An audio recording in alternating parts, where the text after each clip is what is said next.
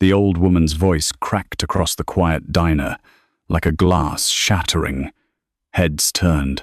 Forks froze mid-air. The clatter of dishes from the kitchen seemed to dim under her trembling words. It was past midnight. The kind of hour when the city slept except for truckers, night shift nurses, and lonely souls who needed coffee more than company. At a corner booth, under the buzzing neon light, sat Eleanor Vance, the billionaire matriarch, whose name could make bankers sweat. Her pearl earrings gleamed even in the cheap diner glow. She looked powerful, polished, untouchable. But tonight, her eyes carried the weight of 82 years, heavy and tired. She was used to silence here. A place to sip black coffee and remember her husband, long gone. But silence was impossible now. The waitress, barely 27, leaned in to refill her glass. Her name tag read Claire, though the letters were chipped from years of use. A ponytail, frayed uniform, shoes that squeaked from overwork. Claire was the picture of exhaustion. Yet there was kindness in her smile, even when she looked like she hadn't slept in days. As she bent forward, the neckline of her faded uniform slipped just enough for a silver chain to catch the light. A delicate locket dangled from it, old and tarnished, shaped into a star. Eleanor's hand shot to her throat. Her eyes widened. She couldn't breathe. "That necklace," she whispered, the words falling out before she could stop them.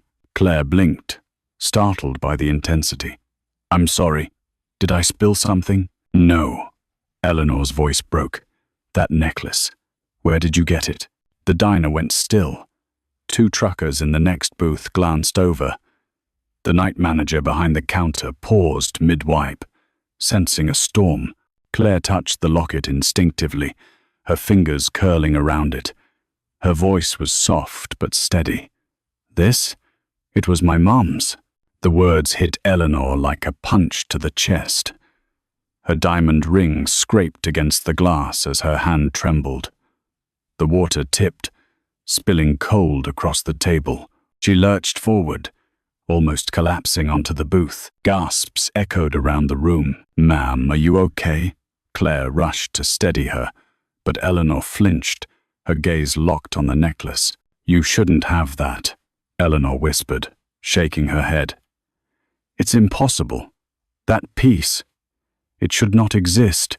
Claire stiffened, pulling back. "What are you talking about? My mom wore it every day. She said it was hers, and now it's mine." "No." Eleanor's voice cracked again, louder this time.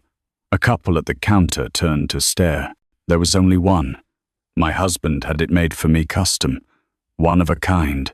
I gave it to my daughter 30 years ago. Claire's eyes darted nervously around the diner. The tension was unbearable, every customer waiting for her next word. She tried to force a smile. "Listen, I think you're mistaken. My mom, her name was Anna, she left it to me. That's all there is to it."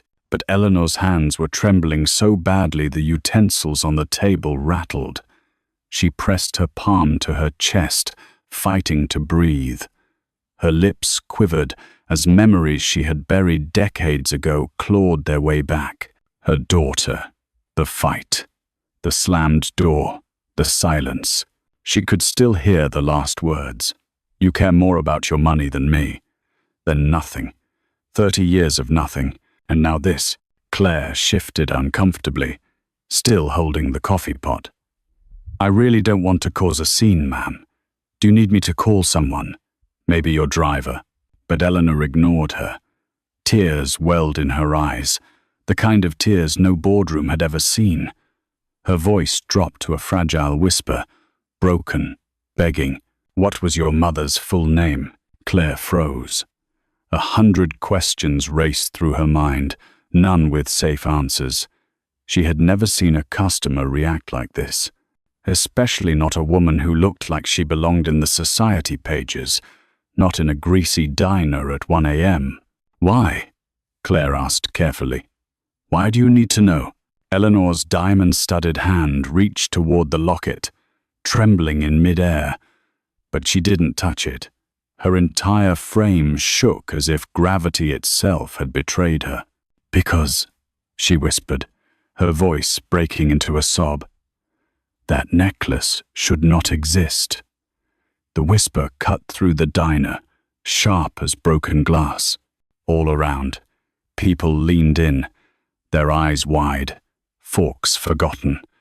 The billionaire who usually commanded boardrooms and senators was now hunched in a corner booth, trembling like a leaf in winter. Claire's face flushed.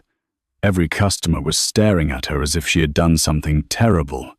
She set down the coffee pot and crouched slightly, trying to calm the older woman. "Ma'am, please," she murmured, her voice low, embarrassed. "You're shaking. Do you want me to call an ambulance? Do you have medication?"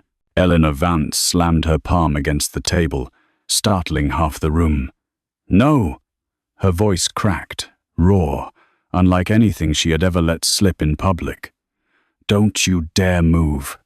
Just don't." Claire froze, hands in the air as if cornered. The chatter in the diner dipped into hushed whispers. "What's going on?" a trucker muttered. "Some rich lady losing it," another replied. Eleanor's chest heaved. She stared at the necklace, that small, tarnished star, catching the cheap fluorescent light like a dagger. Her mind ripped open, pulling her 30 years into the past. Her daughter's face, Isabella, young and defiant, flashed before her. The shouting match in the marble foyer, Eleanor's own words, brutal and sharp. "You'll ruin yourself with him. You'll ruin us all." Isabella's tearful reply, "I'd rather be poor with love than rich with chains." The slam of the door, and then silence. A silence that lasted decades. Eleanor blinked back tears, clawing for breath. "That necklace," she whispered. "I know it. I designed it with Richard. My husband had it made in Florence by a silversmith who owed him a favor. Only one was ever created. Only one." Her trembling hand hovered toward Claire, as if the locket might vanish if she didn't hold it. Claire instinctively clutched it tighter, tucking it back inside her uniform. "Stop!" Her tone sharpened with nerves. "This is mine. My mom wore it. She gave it to me before she died. It's all I have left of her." Eleanor's eyes flooded. Then you must be..." She choked on the words. "You have to be her child. My Isabella's child." Gasps rippled across the diner. A college student by the window whispered, "Did she just say her granddaughter?" Claire stood straighter, her jaw tight. "No, I don't know you, and I don't know your Isabella. My mom's name was Anna Reed, okay? Anna. She never said a word about you." The rejection landed like a slap, but Eleanor refused to back down. She leaned forward, voice cracking with desperation. "It's not a coincidence. Look at it. The chain, the star. See the faint scratches near the clasp? That's where my daughter fidgeted with it when she was nervous. Don't you see? That necklace belongs to my family." Claire's heart pounded. She hated scenes, hated being the center of attention. Now every set of eyes in the diner burned into her. She wanted to vanish into the kitchen, to escape this storm of grief and wealth that made no sense. Her voice hardened, defensive. "I told you. My mom's gone. She never had money. She never had family. She had this necklace, and now it's mine. End of story."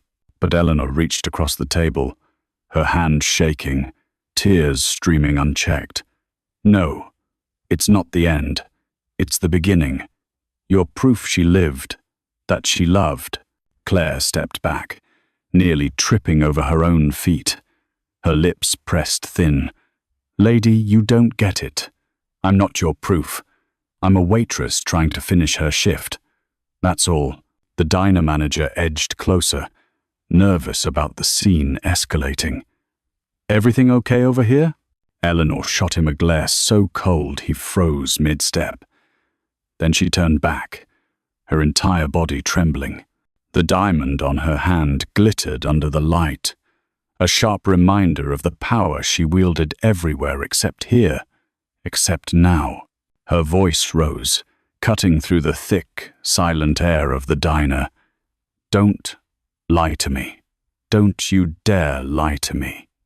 Her knuckles whitened as she clutched the edge of the table. "Tell me your mother's name now." The words slipped from Claire's lips like a forbidden secret. Soft, trembling, but loud enough to split the silence.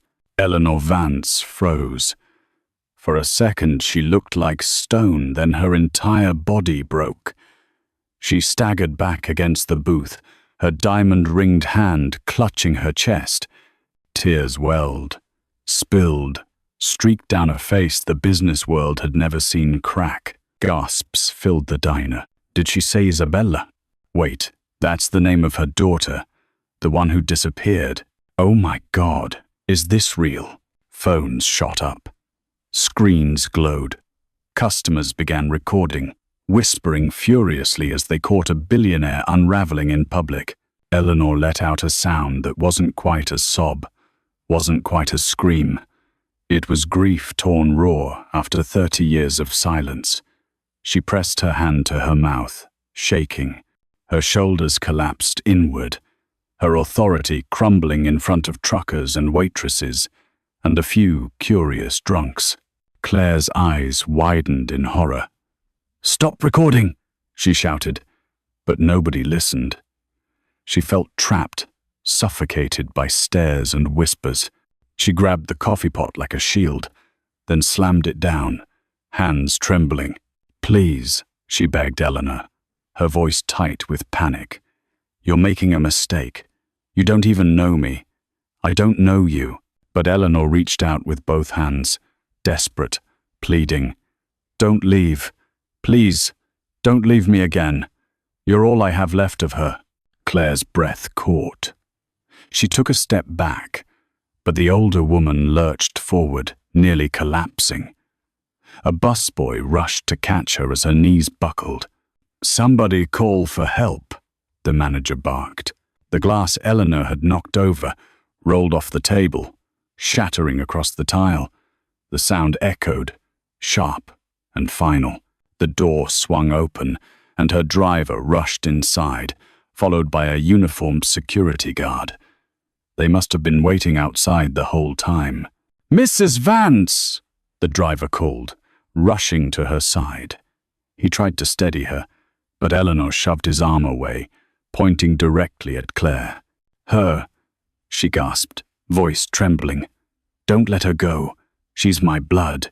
Claire shook her head, face flushed crimson. "I am not your blood. I don't even know what you're talking about. Let me leave." She grabbed her apron strings, fumbling to untie them, desperate to escape the crowd. But Eleanor's voice cracked like a whip. "Stay.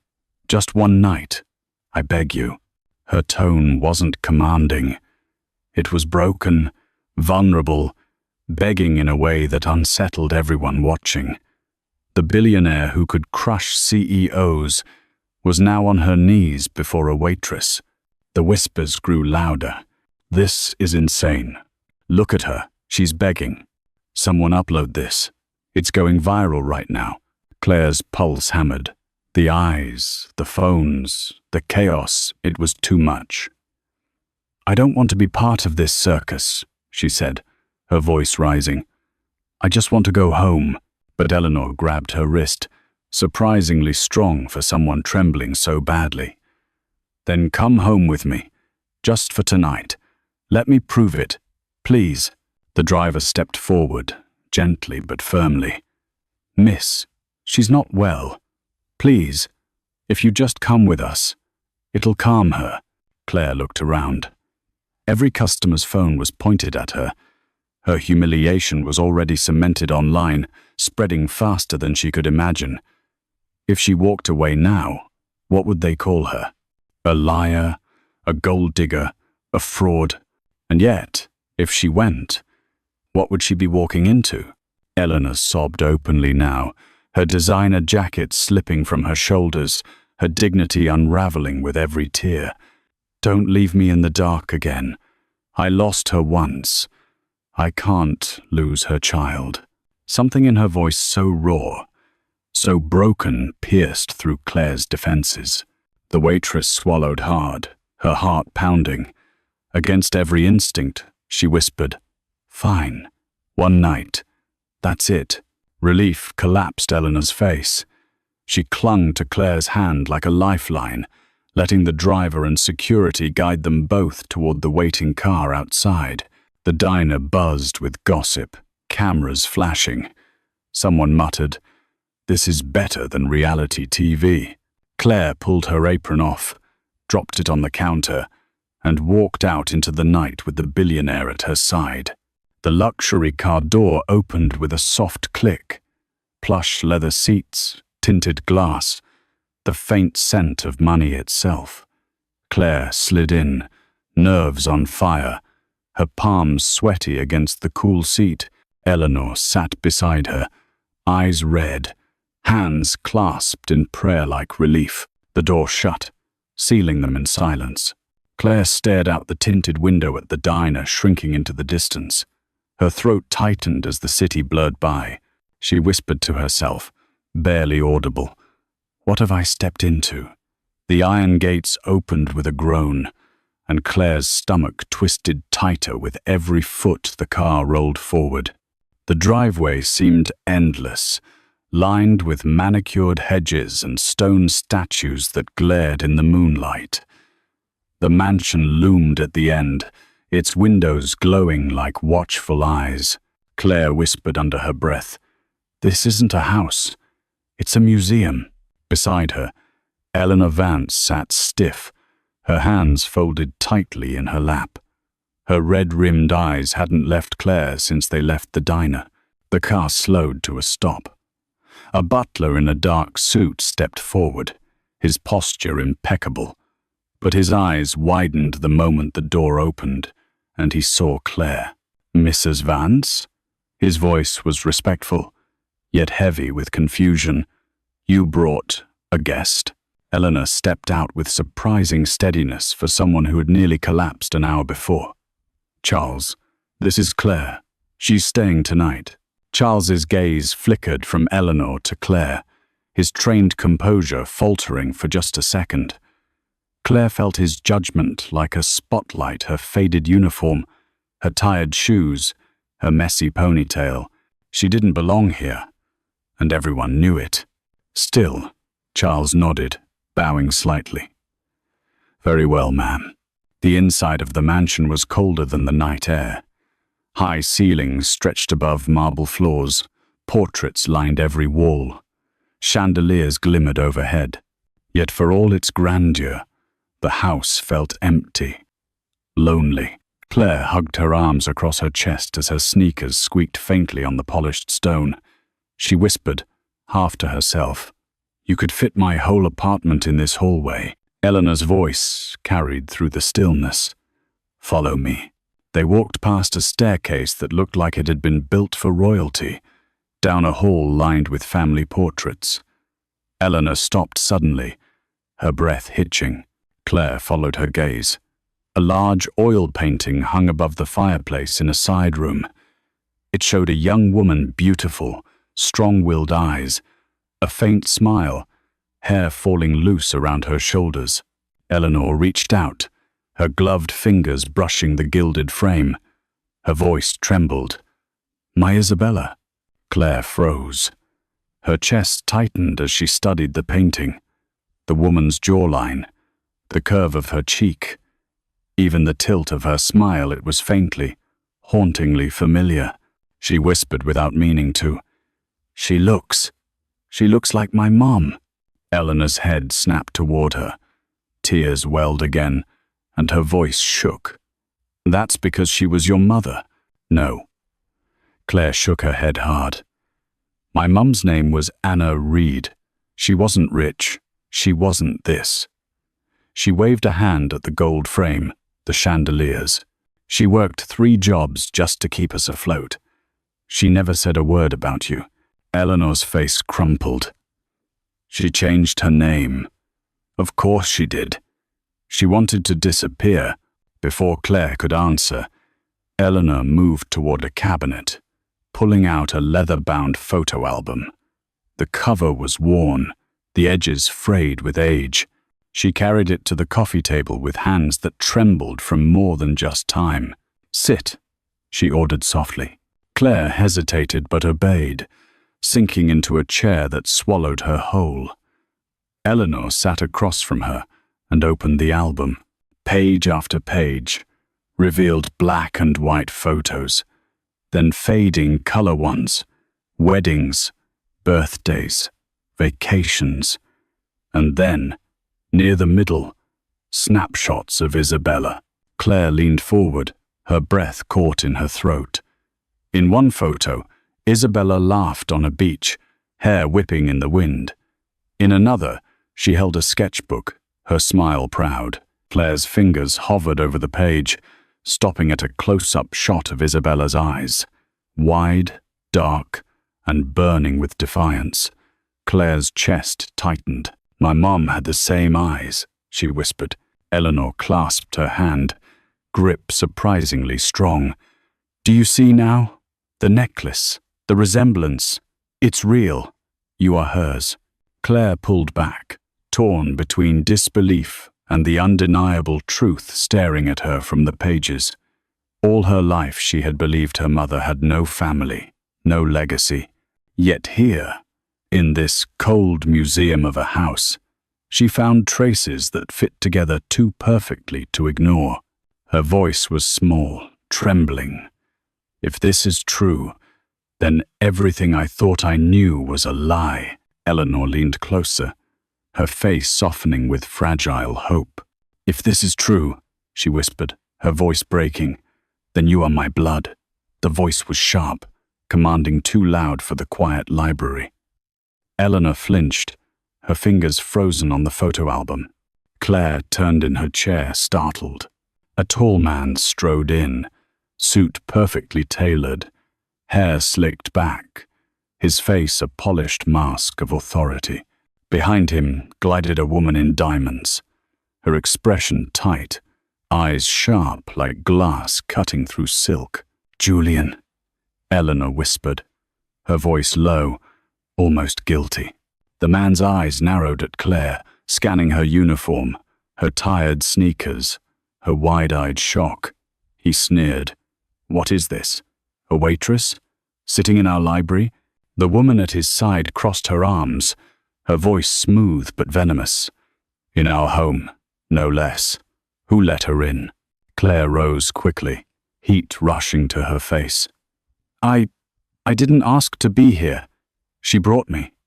She gestured at Eleanor. Julian barked out a bitter laugh. "Oh, I'm sure she did. And let me guess you just happened to have some sob story ready to tell her." Claire stiffened. "No, she's the one who stopped me." She recognized this.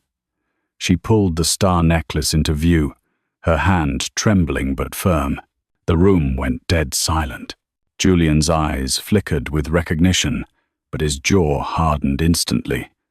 "That's impossible." His wife stepped forward, eyes narrowing at the locket. How convenient. A family heirloom just appears around a poor girl's neck.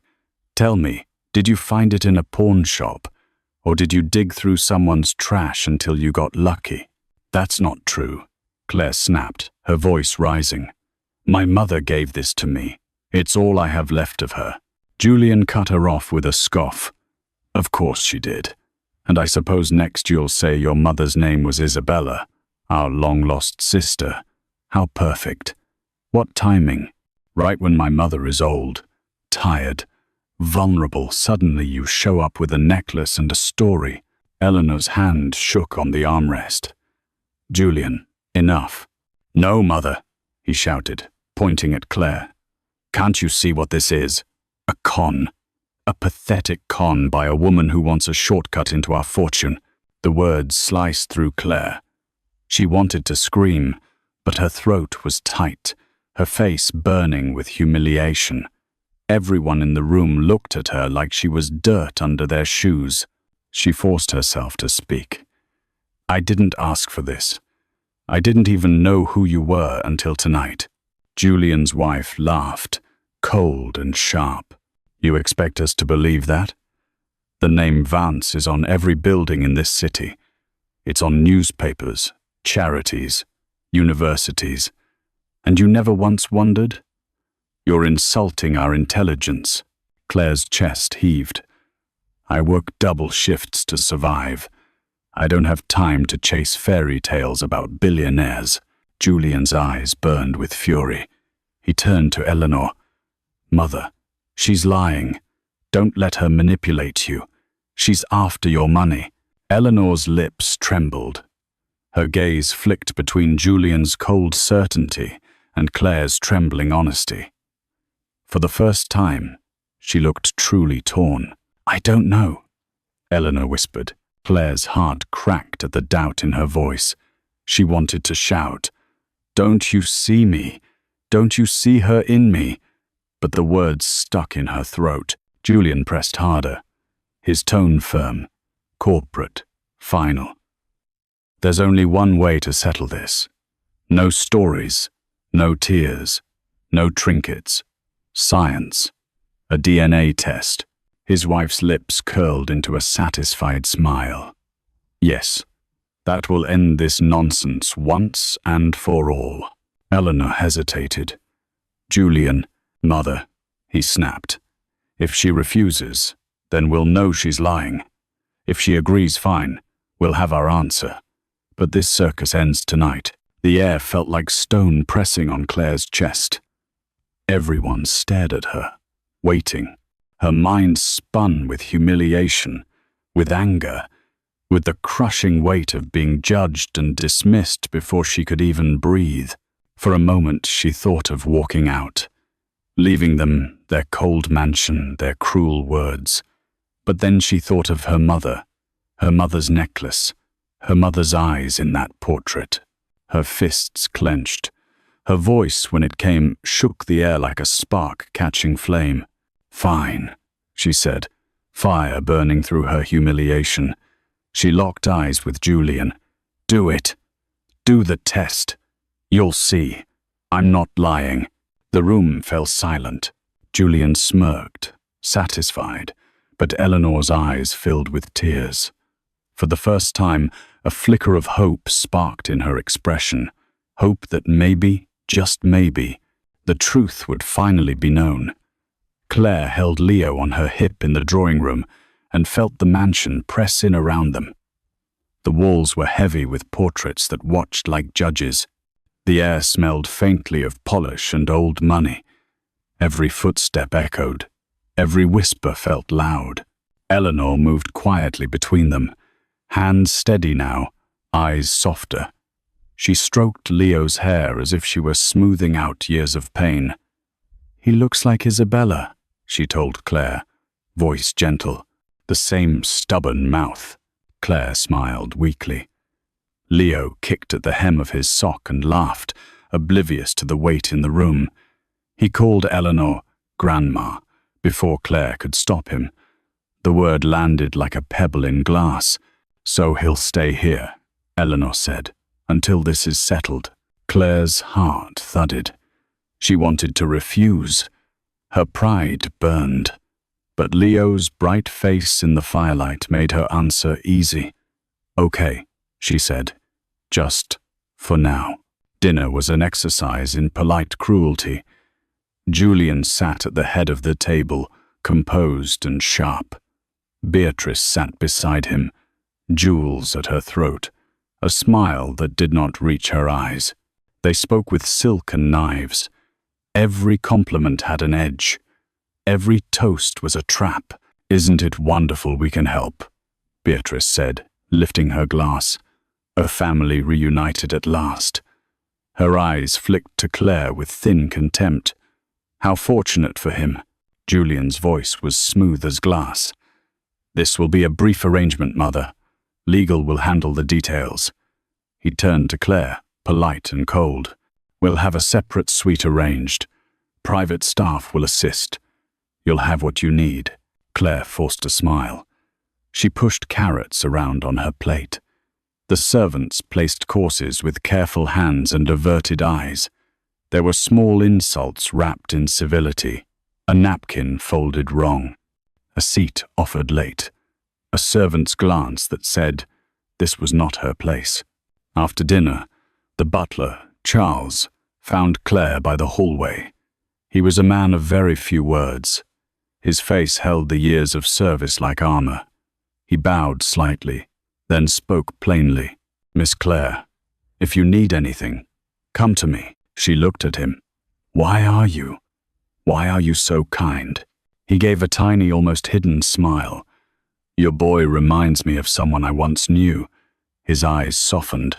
"And Mrs. Vance has been very harsh in many ways, but she remembers love."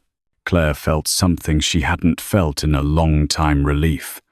She warmed to Charles quickly. He showed her where the spare rooms were. He showed Leo the small playroom with a chest of old toys. He made coffee just right. He listened without judging. The staff, quietly, also showed tiny kindnesses. The cook slipped an extra biscuit into Leo's hand when no one watched. A housemaid left an extra blanket folded on Claire's bed. These acts felt like small rebellions against the household's cold structure. Claire noticed them and said thank you in a voice that trembled but was real. At night, Eleanor sat by the fire and told Claire stories about Isabella. She spoke softly, the voice of a woman who had swallowed regret for decades. "She was stubborn," Eleanor said, laughing once, a single bright sound. "She painted everything. She hated parties. She loved too fiercely." Her hands fluttered as she spoke. "I was proud and I was cruel. I let pride win." Claire listened, dumbstruck. The more Eleanor spoke, the less like an accusation she sounded. She sounded human. She sounded like a woman who had lost more than wealth. She sounded like a mother who missed bedtime stories and sunburned noses. Leo crawled into Eleanor's lap and fell asleep almost immediately. Eleanor's face changed. She whispered to Claire, barely a breath. "If this is true, if you are her child, then I lost him. I lost so many years." Her voice broke, small as a child's. Still, the house hummed with something darker. Whispers threaded through the staff's corridors. Eyes watched from behind curtains. The heir's shadow loomed in private corners. Julian met Claire in the morning with paperwork and an expression like a verdict. "Mr. Abernathy will arrange the samples," he said, placing a folder on a marble table. "Quick and clinical. We want no drama." His lips flattened. "We're protecting the family name." Claire felt their words like thorns. She kept telling herself she would do the test. She would clear it once and for all. But the humiliation was sharp. Her name was already an echo: waitress, intruder, spectacle. Someone at the diner had posted the video. It had spread. People stared at her online as she walked the mansion's halls. Comments called her a liar, a scammer, a gold digger. At breakfast, Beatrice greeted Claire like a storm. "Good morning," she said, impeccably polite. "I hope you slept well on our pillows." Her tone was a blade. "We've arranged for a nanny to watch Leo during the day. It's for his safety and your convenience." Claire's jaw tightened. "We're fine," she said. "I'll look after him." Beatrice's smile thinned. "You don't understand how things work here. Discretion is key.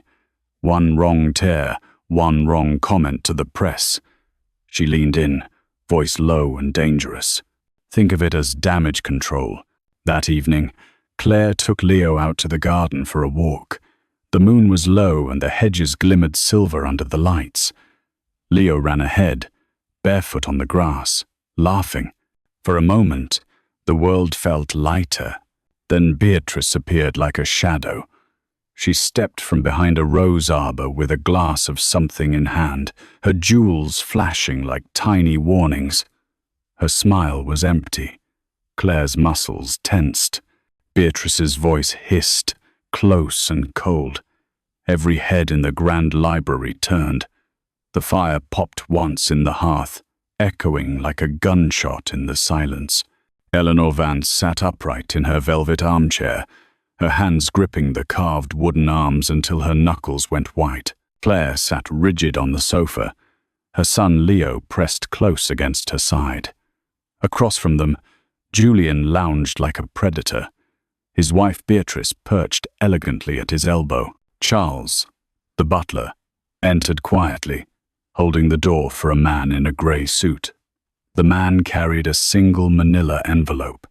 He was older, dignified, with gentle eyes that gave nothing away. "Mr. Abernathy," Eleanor whispered. The lawyer bowed his head. "Mrs. Vance, I have the results." The words fell heavy. Everyone leaned forward except Julian, who leaned back, smirking as though the outcome were already written. Abernathy approached the great desk at the center of the room and set the envelope down with careful precision. The faint rustle of paper was deafening. No one breathed.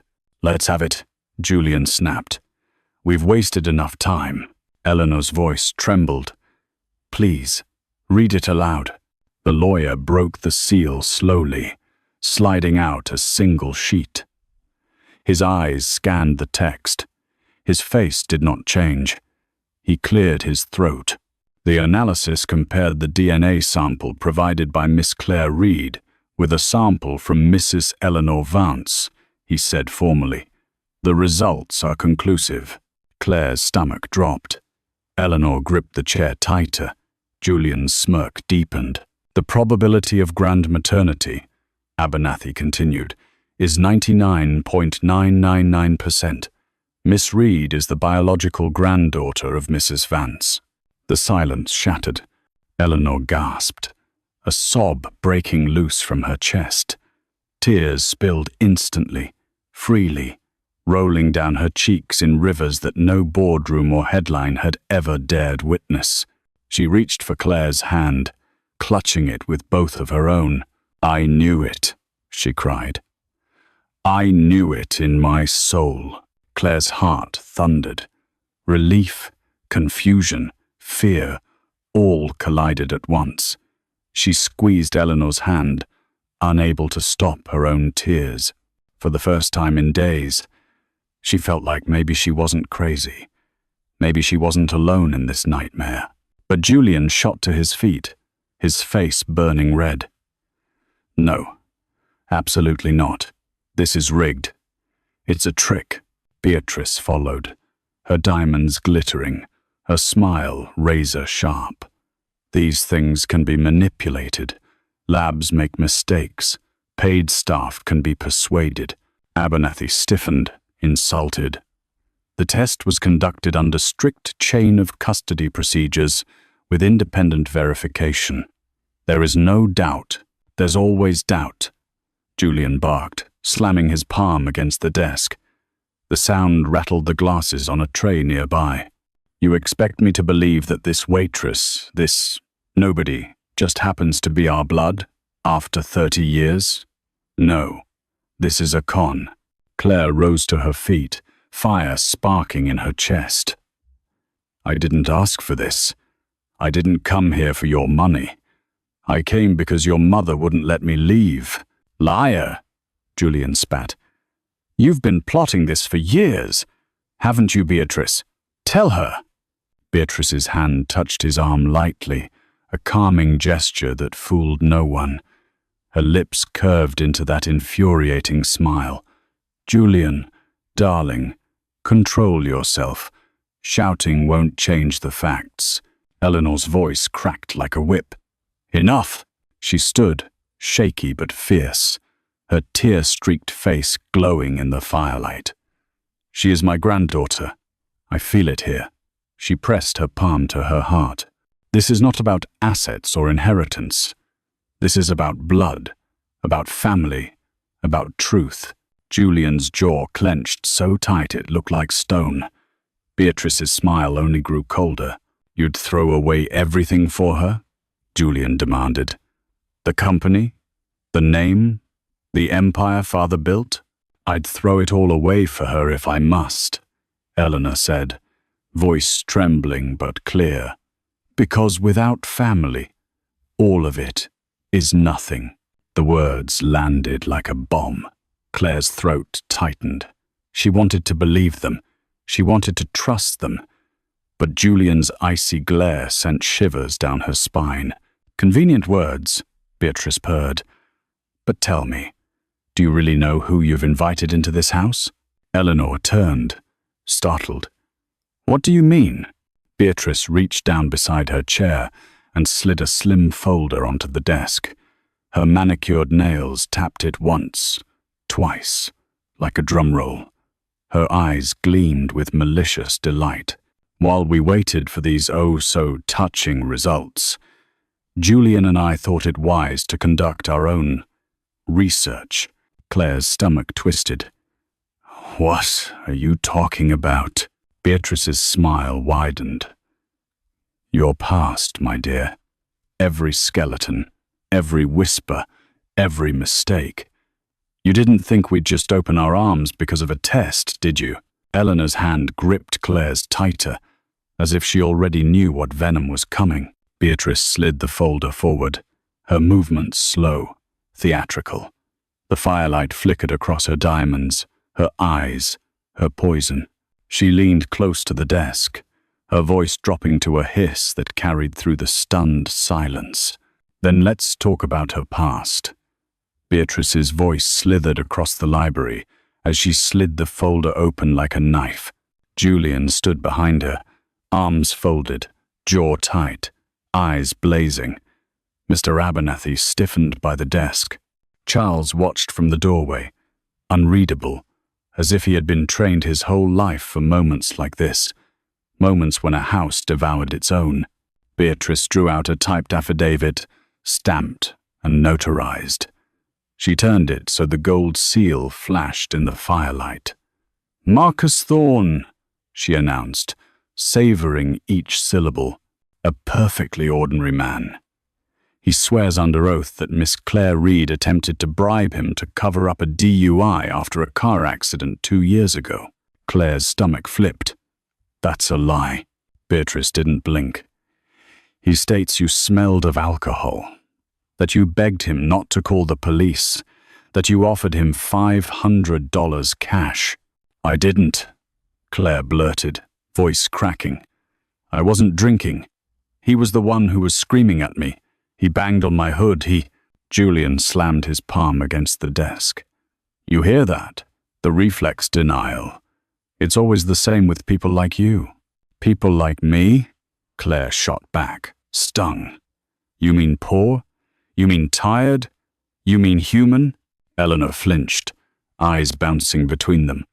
Beatrice, why now? Why bring this now? Beatrice smiled. Because the truth never arrives on time. It arrives when it must. She slid the affidavit closer to Abernathy. Counsel, please confirm the format is proper. Abernathy scanned the page. It appears formal, notarized, but I haven't verified the source. I advise caution. Julian snatched the paper back. We don't need your caution.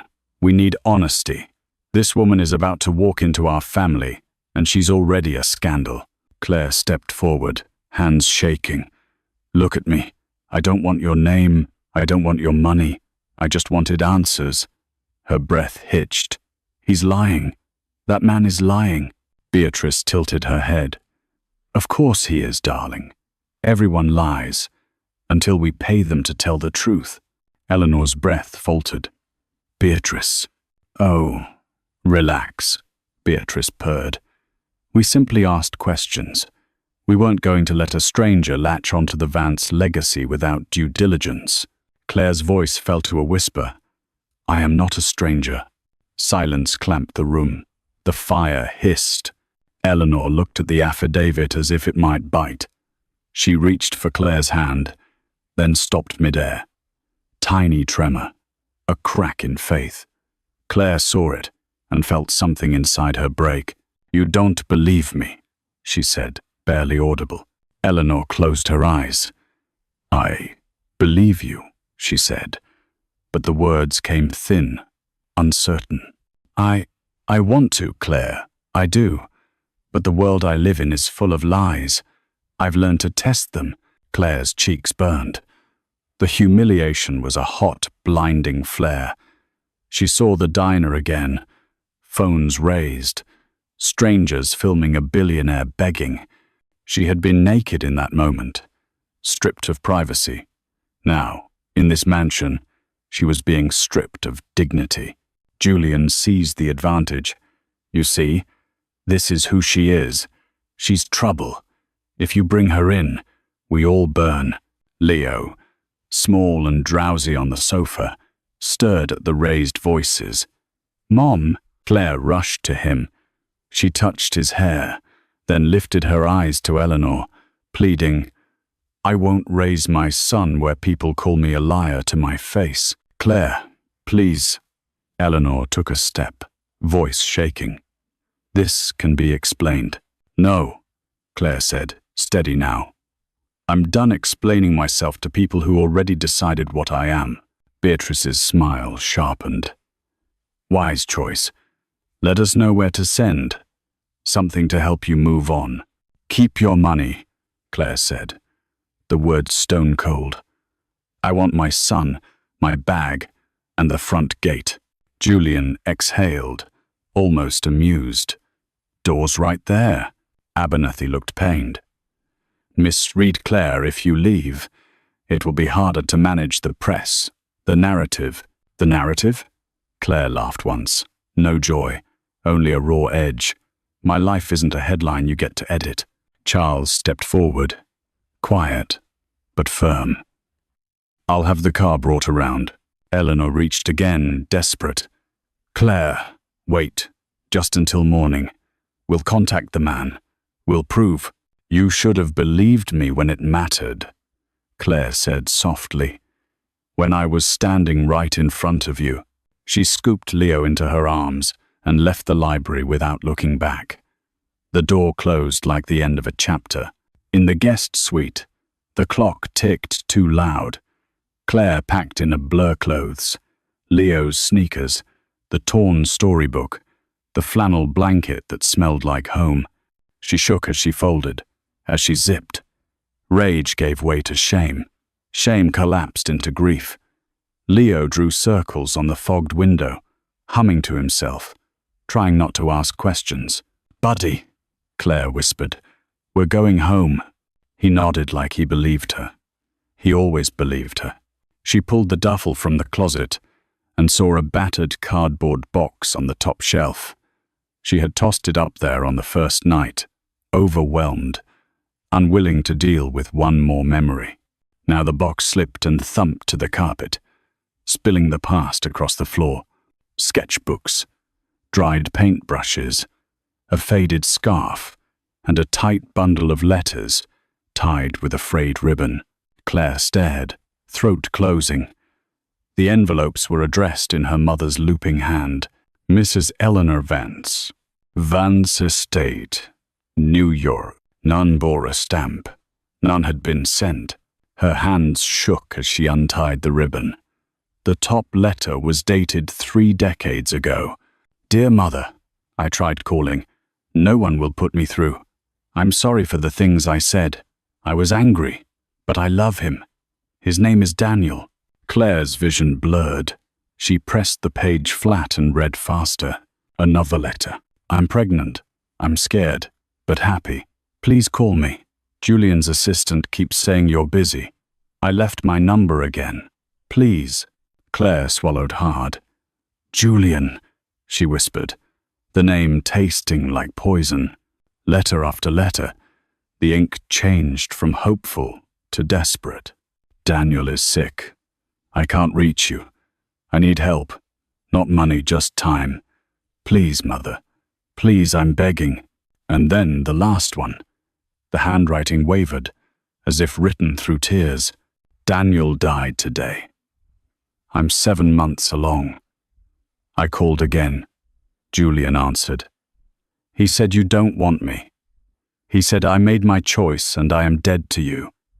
So this is my goodbye. I won't bother you again. I will raise this child alone. Claire's breath tore from her chest.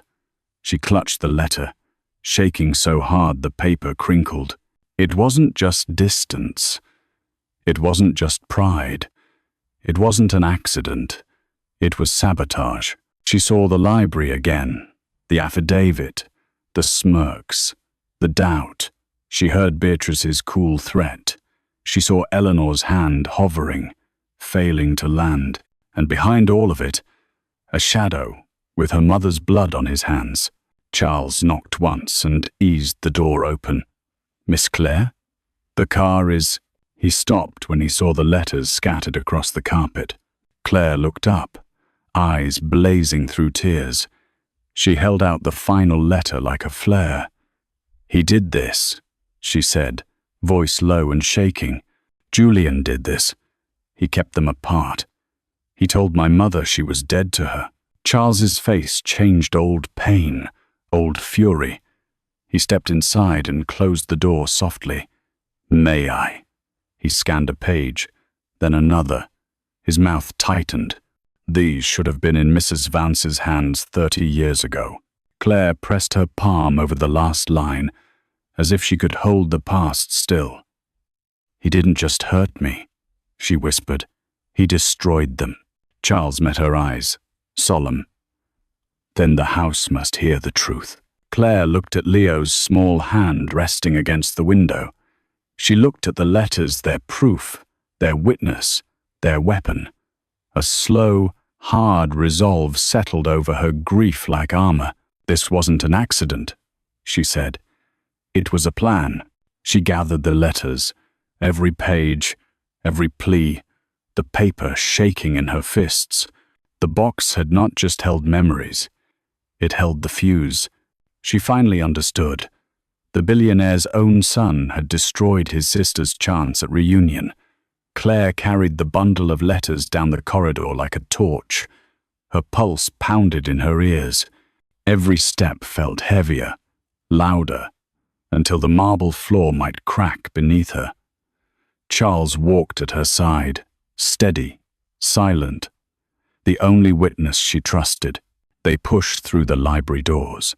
Eleanor sat by the fire, staring into the flames as if they might answer all the questions time had buried. Her face was pale, her eyes shadowed with doubt and exhaustion. "Mrs. Vance," Claire said, her voice raw, trembling but strong enough to cut the silence. Eleanor turned slowly. "Claire, child, please. I was coming to see you. I regret." Claire dropped the stack of letters onto the coffee table. They spilled across the polished wood, inked confessions and desperate pleas glowing under the lamplight. Eleanor frowned, reached out with hesitant fingers, picked one up. The handwriting froze her. She traced the loops of her daughter's name, as if touching them might conjure her back. Her lips parted, a whisper escaping.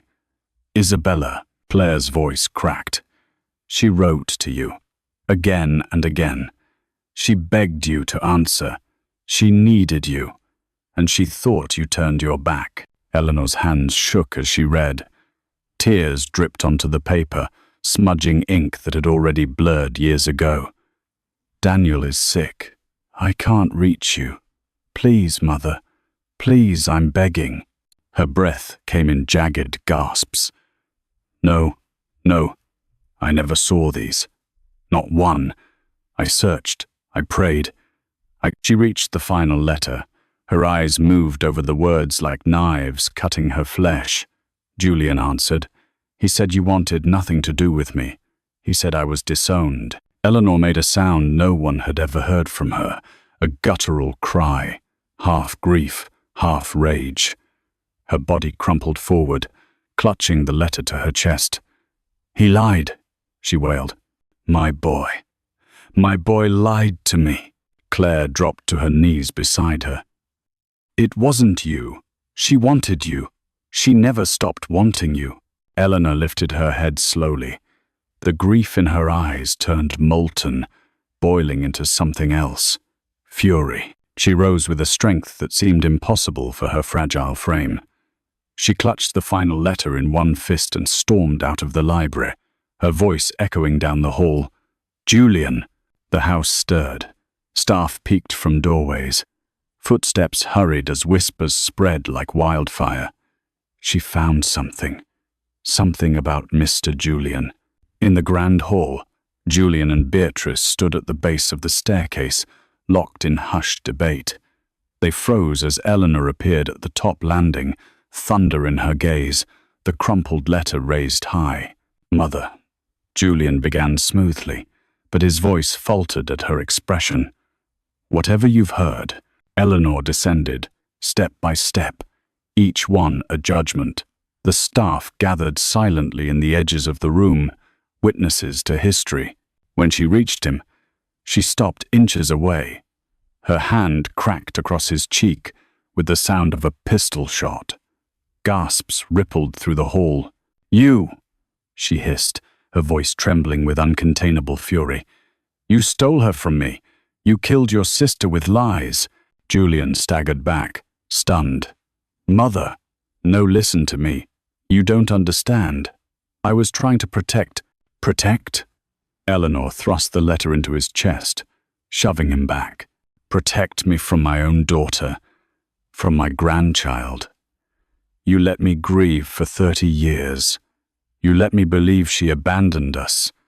And all the while, she was begging to come home." Julian's eyes darted, desperate. He turned to Beatrice. "Tell her it wasn't me. You knew." Beatrice lifted her hands, diamonds catching the light. "Don't drag me into this, Julian. I never saw a letter. If you destroyed them, that was your choice." The betrayal twisted deeper. Julian's face contorted. "You knew. You knew the risk if Isabella returned. If she brought a child. You told me to." "Stop." Beatrice's voice was sharp, cutting him off. She turned toward Eleanor, face suddenly calm, detached. "Whatever he did, it was his decision. Don't confuse me with his sins." The crowd of servants stirred, murmuring. The story unraveled in front of them. There was no hiding, no salvaging reputation now. Eleanor's voice shook the air. "You dare stand here and deflect while your husband destroyed his own family, while he lied to me, to his father's memory, to all of us?" Beatrice tried to hold her mask, but the room pressed in dozens of eyes, each one watching her carefully constructed image crack. Julian lunged toward his mother, voice breaking. "I did it for us, for the company, for the empire father built. Isabella would have thrown it away on some starving artist, and you threw her away instead," Eleanor roared. She lifted her hand, trembling, but this time with command, not weakness. "You are no son of mine." Julian froze. The staff gasped. Even Beatrice's mask faltered, lips parting. "You betrayed your sister, your family, and me," Eleanor declared, her voice carrying like a verdict through a courtroom. "You let her die alone, convinced she was unwanted. You made me complicit in cruelty I never chose." Julian fell to his knees. "Mother, please, don't do this.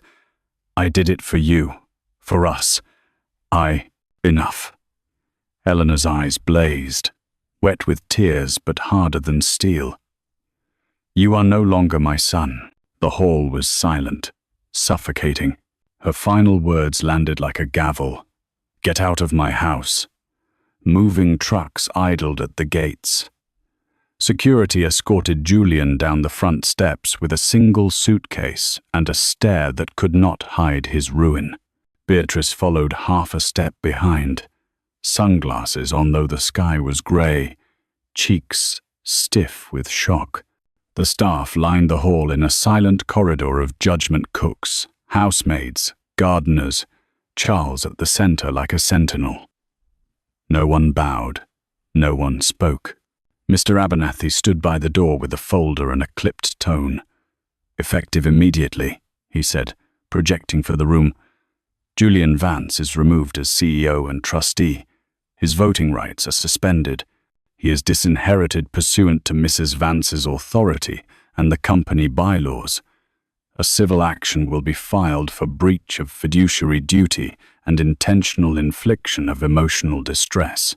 Julian flinched at the words, then looked at his mother, searching for softness, for the old mercy he had spent years exploiting.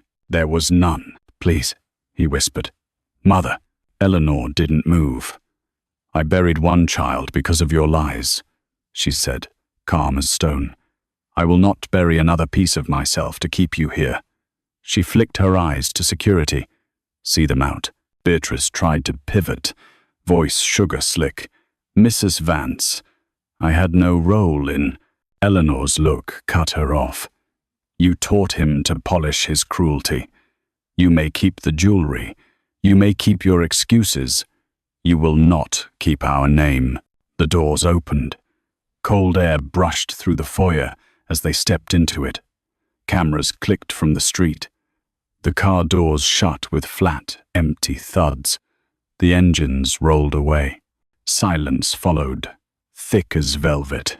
And then Eleanor exhaled. It sounded like something leaving her body that had weighed a lifetime. Claire stood halfway down the stairs, Leo's hand in hers. She didn't know if she should move, or speak, or fade into the wallpaper. She felt small and raw, the letters still a ghost in her pockets. The night had rearranged her life. Morning had stamped it in ink. Eleanor turned and saw them. The hardness in her eyes melted, layer by layer, until grief gave way to something gentler. She crossed the foyer slowly, each step unspooling 30 years, and stopped in front of Claire and Leo. "I failed your mother," she said, voice breaking softly. "I failed you when I doubted. I cannot undo what was stolen, but I can start here, if you let me." Claire swallowed. "I don't want your money." "I know," Eleanor said. "That is why I trust you with my heart." Leo peered up, small brow furrowed. "Are we staying?" Eleanor's mouth trembled into a smile. "If your mom says yes." She crouched, joints protesting, and met his eyes. "And if you promise to teach me that game with the cards you showed Charles." "It's called war," Leo said solemnly. "I always win. I have a lot to learn," she said. Claire felt her chest go tight, a good kind of ache. She nodded. "We'll stay. For now. We can try."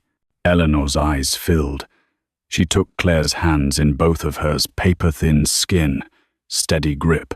"Thank you," she whispered, "for staying, for giving me a second chance." They moved to the library, not as a courtroom but as a place to breathe. The fire looked warmer somehow. The portraits felt less like judges and more like witnesses finally willing to tell the truth. Charles brought tea, and this time his smile was not secret at all. "Mrs. Vance," he said quietly, "shall I have the portrait of Miss Isabella brought down to the music room?" Eleanor nodded. "Yes. The music room should have music, and the face of the girl who loved it." Claire glanced at the mantel, at the empty space where the night had nearly broken her. Can I give you something?" She lifted the star locket from her throat, the metal cool, the chain thin from decades of worry and love. For a second her hand hesitated, habit, grief, fear, but she placed it in Eleanor's palm. "I thought this was all I had of her," Claire said. "But I was wrong." Eleanor closed her fingers around it and breathed in a shaky breath. "I gave this to Isabella when she promised to bring it back on her wedding day," she said. "It became a symbol of loss. I won't let it stay that way." She stood, moved behind Claire, and with careful maternal hands, fastened the chain around her granddaughter's neck. The clasp clicked. The locket settled where it had always meant to rest over a living heart. "There," Eleanor murmured. "Not an anchor to grief, a compass home." Claire touched the star. Warmth traveled up her fingers. through her throat, straight to her eyes. She blinked fast and failed. Leo leaned against her, a small son in denim. Charles pretended to adjust the fire and wiped at his cheek. From that day, the house changed. Lawyers worked in quiet rooms, filing papers that would outlast gossip.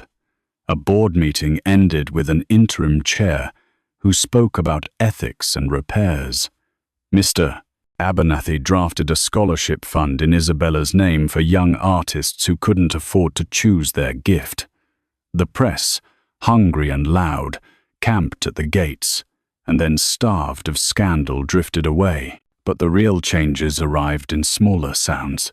Laughter in the stairwell, the slap of Leo's socks skidding on polished floors, Claire's voice reading a book aloud in the afternoon, Sunday Eleanor's deep chuckle returning from somewhere it had been locked for years. The kitchen stopped whispering and started to sing. The cook taught Claire a pastry trick that didn't require fancy tools. Claire taught the cook to stretch a casserole when a crew of contractors stayed late. The housemaids started bringing Leo little crafts they made from ribbon ends and spare buttons, and he thanked every one of them by name. Charles, at last, told a story about Isabella sneaking into the pantry for jam, and everyone laughed until their stomachs hurt.